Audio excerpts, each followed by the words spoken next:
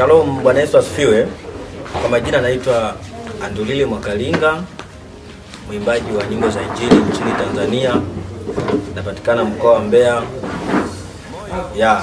Kwa sasa nitapenda kuzungumzia kwa habari ya maswali ambayo watu wengi wamekuwa wakiniuliza kwa njia ya media na mitandao na simu binafsi. Swali la kwanza ni kwamba ulipataje hamasa ya kuimba muziki wa injili?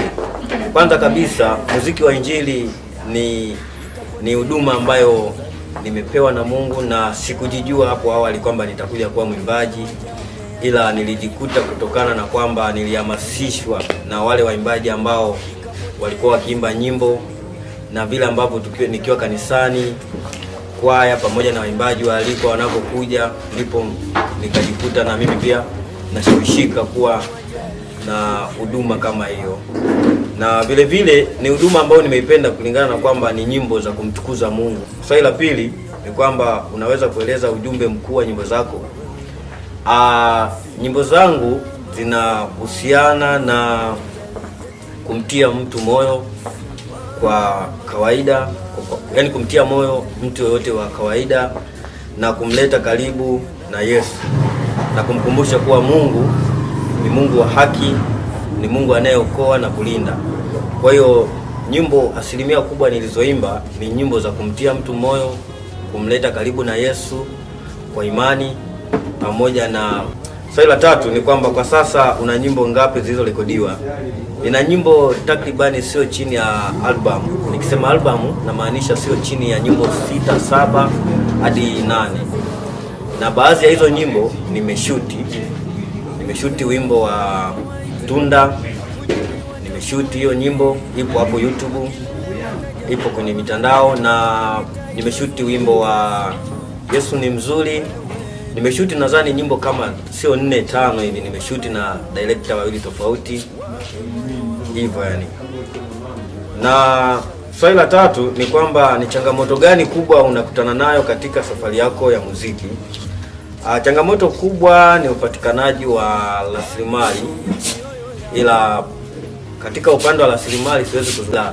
Ni vile ambavyo mimi nimekuwa nikiishi kwa kumtegemea Mungu, na mara nyingi huwa ananipa nafasi kwa watu ambao nikiwa nahudumia basi wananifadhili kwa namna ya kupata chochote kwa ajili ya kuendelea kufanya huduma.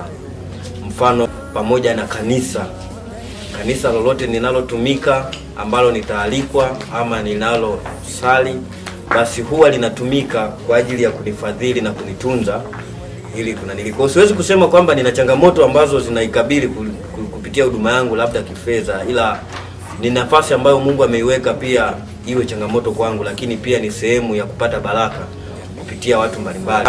Swali la 4 au la 3 linasema unaonaje wasanii wa injili waliokutangulia? Je, kuna mtu anayekufutia?